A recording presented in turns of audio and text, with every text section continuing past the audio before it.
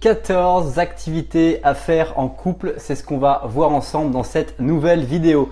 Bienvenue à toi dans cette nouvelle vidéo, c'est un plaisir de te retrouver aujourd'hui. Et aujourd'hui, comme tu as pu le constater, on va parler de 14 activités que l'on peut faire en couple. Avant cela, je t'invite à découvrir qui je suis, pourquoi j'en suis arrivé devant toi dans cette vidéo à travers la description liée à cette vidéo. Ça prend un instant et ça te permettra de mieux comprendre qui je suis devant toi. Alors juste aussi avant qu'on attaque cette vidéo, j'aimerais te poser une question très simple et je t'invite à noter la réponse dans le coin de ta tête ou dans le coin d'une feuille. Combien penses-tu et combien y a-t-il de célibataires en France? Est-ce qu'il y a 12 millions de célibataires en France? Est-ce qu'il y a 18 millions de célibataires en France? Ou est-ce qu'il y a 21 millions de célibataires en France? Note bien la réponse près de toi. Dans quelques instants, à la fin de cette vidéo, on verra la réponse précise à cette question. Alors la question très simple que beaucoup d'entre nous se posent, c'est qu'est-ce qu'on fait lorsqu'on est en couple? Qu'est-ce qu'on fait avec sa copine quand on est un garçon? Qu'est-ce qu'on fait avec son copain quand on est une fille? C'est toujours une question qui peut revenir et qui peut fréquemment se poser. Et quand on n'a pas l'habitude de penser un planning en duo, ça devient vraiment le parcours du combattant parfois, parce que penser son planning solo, ça tout le monde sait le faire, on sait tout ce qu'on a envie de faire, mais penser son planning duo, ça demande une bonne dose de réflexion, une bonne dose d'analyse sur la personne avec qui nous sommes pour pouvoir définir les activités qui sont potentiellement intéressantes et valables pour les deux personnes. Parce qu'on peut se rappeler, quand on était adolescent, on voyait pas plus loin que le bout de son nez, on voyait le lycée, on voyait le sport, on voyait les films, on voyait le sexe comme activité principale, mais il y a bien d'autres choses qu'il faut réussir à se dynamiser et je partage avec vous 14 activités qui peuvent paraître pour vous peut-être naturelles, peut-être complètement novatrices ou complètement en fait inaccessibles pour vous aujourd'hui. Ça sera pour toi l'opportunité de pouvoir en parler à travers les commentaires. La première activité qui est pour moi hyper sympa à réaliser et qui est pourtant bien trop souvent négligée, c'est cuisiner. Cuisiner, oui, mais pas seulement pour vous, pas seulement pour le couple, parce que dans le temps, dans la gestion du temps qu'on a de plus en plus à réaliser, cuisiner c'est difficile. Moi, je pensais plutôt à cuisiner, inviter des amis à dîner ou aller au restaurant. C'est finalement le thème de la bouffe. Qui n'aime pas manger finalement? Même que vous soyez au régime ou autre, vous avez forcément envie et vous aimez manger. Et les cheat meals, les choses que vous pouvez passer comme moment, ça peut être hyper sympa, hyper intéressant. Donc finalement, ce premier truc, il est hyper simple. On veut tous manger 3 fois par jour en général. Et donc, facilement, on peut aller profiter avec son partenaire, soit en faisant de la cuisine ensemble pour recevoir des amis, soit aller chez les amis, cuisiner un gâteau, cuisiner quelque chose avant d'y aller, ou soit finalement aller au restaurant ensemble ou avec d'autres amis. Donc c'est assez sympathique. Deuxième activité que tu peux réaliser en couple, c'est faire du sport à deux. Alors attention, j'entends déjà des personnes qui vont me dire « Ouais, mais mon partenaire ne fait pas de sport » ou « Moi, je ne suis pas du tout sportif ». Eh bien, justement, ce qui peut être intéressant, c'est finalement trouver une activité sportive qui ne mette pas les deux personnes en concurrence. Et ça, c'est là où les gens en général trébuchent parce qu'ils vont vouloir absolument amener l'autre personne dans une dimension sportive, une activité dans laquelle ils maîtrisent, dans laquelle ils sont super bons. Et en définitive, c'est contre-productif pour la motivation de l'autre personne. Non, l'idée, ça va être de viser des sports comme l'escalade, comme la randonnée, comme peut-être la course à pied qui est peut-être beaucoup plus accessible pour les deux personnes. Bref, trouver des sports qui soient possibles. Ça peut être du bowling, ça peut être de la pétanque, ça va être plein de choses. Des activités qui vont être sympathiques et qui vont être un peu sportives à connotation, mais pas forcément dans le but de transpirer comme un malade. Troisième activité que vous pouvez faire en couple, c'est des massages. Qui n'aime pas se masser? Qui n'aime pas recevoir un massage de quelqu'un? Et encore plus sympathique, qui n'aime pas recevoir un massage de son partenaire? Et ben voilà l'activité pas mal et de bonnes idées que tu peux réaliser très facilement, très rapidement. C'est le massage. Tu prends de l'huile ou même sans huile et tu te masses tranquillement. C'est hyper cool. Surtout ce qui est hyper intéressant, c'est que masser quelqu'un, ça lui donne envie à l'autre personne de masser en retour. Donc finalement, c'est hyper bénéfique. Ça s'appelle fournir à quelqu'un une expérience. Et derrière, il va vous fournir aussi une expérience, donc c'est hyper cool.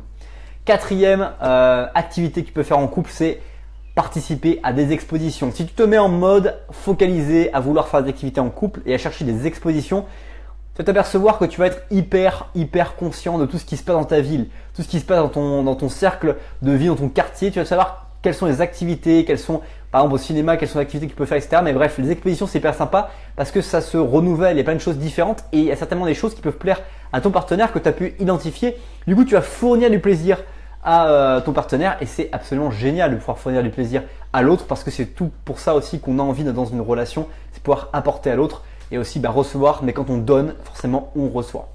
5e activité, très sympathique également, par contre il faut s'y mettre, il faut s'éduquer pour ça, surtout quand on est un homme, c'est faire du shopping à deux, en couple. C'est absolument génial. Tu vas pouvoir tester les fringues, tu vas pouvoir aller dans le magasin dans lequel tu n'es jamais allé, tu vas pouvoir t'amuser finalement et passer l'après-midi assez cool. Par contre, ça demande une éducation, surtout pour les hommes, à vouloir apprendre à s'habiller, apprendre à aller essayer des fringues, apprendre à se donner la chance de ne pas forcément tout acheter, mais d'aller se faire des boutiques, etc. Ce que j'invite d'ailleurs réaliser en tant que célibataire ou en tant que personne qui, quand vous êtes disponible tout seul, c'est d'aller vous balader dans les magasins, d'aller essayer des jeans, des pantalons, des chaussettes, des caleçons, des t-shirts, des chemises que vous ne porteriez jamais ou que vous n'auriez jamais porté. Ça peut être aussi des blazers, ça peut être aussi des fringues que vraiment vous n'avez pas encore l'idée de pouvoir porter parce que vous ne pensez pas être la meilleure version de vous-même ou pas encore méritant pour porter ces affaires. On a tous des affaires que on aimerait porter, costard cravate parce qu'on aimerait être un businessman, un financier peut-être pour certains. Certains c'est des rêves qu'ils ont. Mais ils n'osent pas mettre une cravate. Go, allez-y et apprenez finalement à tester ces choses et de voir que le monde ne modifie pas sa vision sur vous, mais qu'il y a uniquement votre propre vision qui influence sur votre envie de vous dépasser. 6e activité que tu peux faire, c'est visiter des monuments historiques. Il y a plein de monuments historiques de partout. Il y a des monuments historiques qui se trouvent à côté de chez toi, qui sont à 10, 20, 30, 40 km, qui peuvent être l'opportunité pour toi de prendre un bus qui soit, on va dire, dans ta ville, qui amène d'un point A à un point B pour 2 ou 3 euros. Plutôt que de conduire, tu peux avoir plein de possibilités. Il suffit juste de finalement se poser un instant, réfléchir et de trouver l'opportunité de la pratiquer. 7e activité que tu peux faire, c'est prendre un billet de dernière minute pour un week-end en amoureux. Alors attention, il faut que ton partenaire ait la disponibilité. Il ne faut pas que tu sois dans un projet qui va lui demander beaucoup d'énergie, beaucoup de temps. Mais quand tu es dans des zones dans lesquelles les week-ends peuvent être vraiment disponibles, libres, pourquoi ne pas faire ce cadeau? Il y a par exemple sur EasyJet, la petite astuce que je peux partager avec toi, sur EasyJet, tu peux trouver des vols pour moins de 30 à 40 euros. Tu vas sur EasyJet, tu as les vols à moins de 30 euros, moins de 50 euros. Tu regardes et du coup, tu as même les dates, tu as tout qui est marqué, aller-retour. Et en fait, c'est super cool. Tu peux partir pour vraiment très peu cher et faire un truc qui peut marquer ton moment et sortir du quotidien. 8e activité, attention, c'est du lourd cette activité, c'est déménage, mais attention à ce piège. Déménager, c'est un projet extraordinaire. C'est vraiment hyper cool, ça permet de pouvoir se poser plein de questions, d'apprendre à construire un territoire avec son partenaire. Mais attention, pour les gars, je vous donne une astuce, c'est que généralement, c'est vous qui allez tout mettre à Erasmus, qui allez faire à Emmaüs, vous allez tout balancer vos vêtements à Emmaüs. C'est rarement l'inverse, donc déménager c'est bien, mais par contre ça va vous créer encore plus d'affaires qui vont partir et encore moins de place pour vous parce qu'on va créer et prendre un territoire de manière complètement différente. Donc à vous de voir si c'est important ou pas pour vous. Mais déménager, c'est un hyper bonne activité à réaliser à deux. 9e activité que vous pouvez faire à deux, c'est faire une liste de choses à faire à deux. Donc vous construisez une liste. Ça peut être un moment que vous avez ensemble disponible et vous définissez enfin des choses que vous avez envie de faire. Vous créez une liste que vous affichez sur le frigo, que vous affichez quelque part. Et cette liste, elle est hyper cool parce que vous allez pouvoir, grâce à cette liste, en fait, vous projeter, visualiser des moments de bonheur et vous inscrire dans quelque chose qui va être durable et qui va être stimulant pour vous à court, moyen et long terme. 10e activité que tu peux faire en couple, c'est parler. Parler, c'est une activité qui est géniale.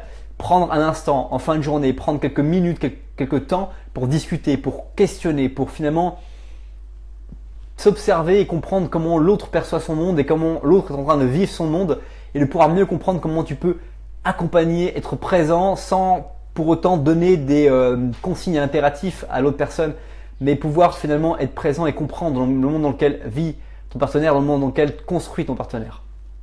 11e activité qui est génialissime également, c'est de prendre des photos. Prendre des photos, c'est vraiment cool parce que tu vas pouvoir finalement construire des moments de bonheur et te voir évoluer dans le temps, te voir vieillir, te voir changer. Par exemple, quand tu fais des vidéos YouTube, quand tu fais des articles, mais surtout les vidéos YouTube, je trouve que c'est le plus intéressant parce que quand tu regardes mes premières vidéos YouTube en septembre, tu vois déjà une évolution, un changement, une modification, non seulement sur le visage qui change, non seulement sur la façon dont tu t'exprimes, la façon dont tu parles des choses, et même quand tu es en couple, les photos, tu vas pouvoir voir la manière dont le style change les souvenirs, comment ils sont marqués, comment ils sont gravés et se rappeler ces genres de souvenirs, c'est absolument toujours un moment de bonheur, un moment de plaisir qu'on peut avoir. 12e activité que tu peux faire en couple, c'est de rire beaucoup ensemble. Et rire beaucoup ensemble, ça veut dire penser à beaucoup d'autodérision, penser à avoir une construction qui soit vraiment saine et de bienveillance. Et c'est se marrer sur toute occasion possible, inimaginable. C'est vraiment un plaisir de rire chaque jour avec son partenaire. 13e activité, c'est développer son cercle social. Mais attention, développer son cercle social en couple, c'est-à-dire s'autoriser à aller dans des associations, ça peut être une idée, à aller dans des soirées couchsurfing, aller dans des soirées, on va sortir en couple et dans lesquelles finalement vous allez construire, découvrir d'autres couples, des personnes célibataires, des personnes qui sont cool, qui font d'autres choses que vous et les intégrer dans votre cercle social. Une fois que vous les connaissez, les inviter chez vous. Voilà, ça peut être des super idées. Il y a des gens qui me disent ouais, on a déménagé en couple dans une autre ville, on est seul, on connaît personne. La première chose qu'il faut faire, c'est identifier qui je peux rencontrer et qui je peux inviter chez moi le vendredi soir à dîner dans mon couple, avec qui je peux m'éclater, avec qui je peux passer des bons moments, avec qui je peux finalement construire des situations, des moments d'amical qui peuvent être vraiment absolument génial. Bon après c'est toujours pareil, il faut aussi avoir une dimension, une idée d'extraverti. Si tu as un couple où tu es vraiment très introverti, tu as besoin de recharger ton énergie solo, avoir des gens toujours avec toi le week-end, ça peut être la bonne idée. Par contre, si au contraire tu adores être avec les gens, tu adores échanger avec les autres, etc., c'est absolument génial parce que tu vas faire des nouvelles rencontres, tu vas pouvoir stimuler ton quotidien, faire des nouvelles connaissances et apprendre des personnes, c'est genre génial. Ressasser toujours une même soirée avec les amis, c'est bien, mais à un moment donné, vous vous tournez autour du pot, que voir vos amis vraiment avec du recul ou de nouveaux amis, des nouvelles personnes, c'est absolument cool pour vous stimuler et créer un nouveau style de vie vraiment cool. 14e et dernière activité, c'est se trouver des surnoms. Qui ne s'amuse pas à avoir trouvé des surnoms et de faire évoluer le surnom dans le couple à court, moyen et long terme? C'est absolument génial. Les surnoms, c'est aussi des créations qui se passent dans des moments de sa vie et à un moment donné, ça devient un automatisme. On dit le surnom et on oublie finalement que c'est un surnom alors que au départ, c'était juste un délire et ça devient un surnom qui évolue en plus et qui a différents strates et des fois même on oublie le surnom d'avant quoi. Donc c'est assez marrant aussi de voir cette activité dans le couple qui est présente et qui existe. Merci d'avoir regardé cette vidéo, mais avant que tu t'en ailles et qu'on réponde à la question qu'on s'est posée au début de cette vidéo, je t'invite à découvrir qui je suis à travers la description liée à cette vidéo pour comprendre pourquoi je parle sur le sujet, comment j'en suis arrivé à structurer cette pensée devant toi et finalement qu'est-ce qui a permis à mon parcours d'exister. Maintenant, je t'invite aussi à cliquer un petit like, un partage de cette vidéo. Si tu es terminé, tu as trouvé, puis à me commenter quelle activité tu vas essayer de mettre en place dès maintenant dans ta vie, dès maintenant dans ton couple. Et maintenant, je réponds à la question. La question qu'on s'est posée, c'est combien y a-t-il de célibataires en France? Eh bien, aujourd'hui, il y a 18 millions de célibataires en France sur 68 millions de Français. Alors, ça peut paraître énorme, ça peut paraître peu. En tout cas, c'est 24% de personnes qui sont célibataires. Donc, si tu es en couple, tu fais partie de l'autre pourcentage. Va faire de calcul mental devant cette vidéo. Et si tu es dans les 24%, écoute, tu peux dès maintenant appliquer tous ces conseils qu'on a vus, toutes ces activités, tu peux les appliquer dans tes premières relations, dans tes débuts de relations avec les personnes que tu courtises, parce que ça permettra finalement de stimuler, de te dynamiser et de pouvoir accéder à des émotions. Et les émotions, c'est ce qui vont créer à court, moyen et long terme du bonheur, du plaisir et finalement un couple épanoui et te permettre d'être épanoui pour créer, développer ta personnalité et devenir la meilleure version de toi-même. Merci à toi d'avoir regardé cette nouvelle vidéo, j'espère que ça t'a plu et je te dis à bientôt pour une prochaine vidéo. Bye bye.